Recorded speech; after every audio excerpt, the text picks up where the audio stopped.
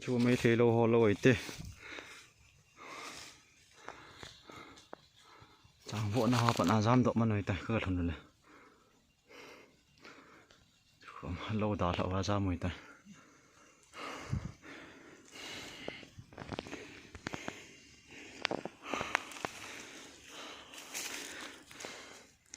lại là không mòn lâu hết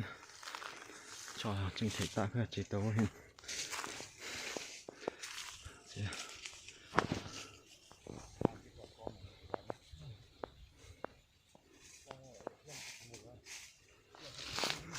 mò thêm thì bố sò giống chỉ là một tan mấy điều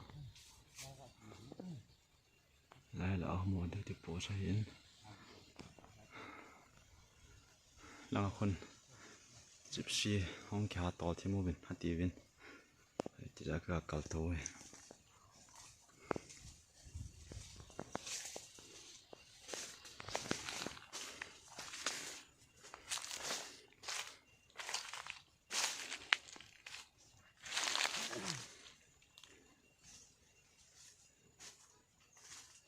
không chỉ cài nó lái về mùa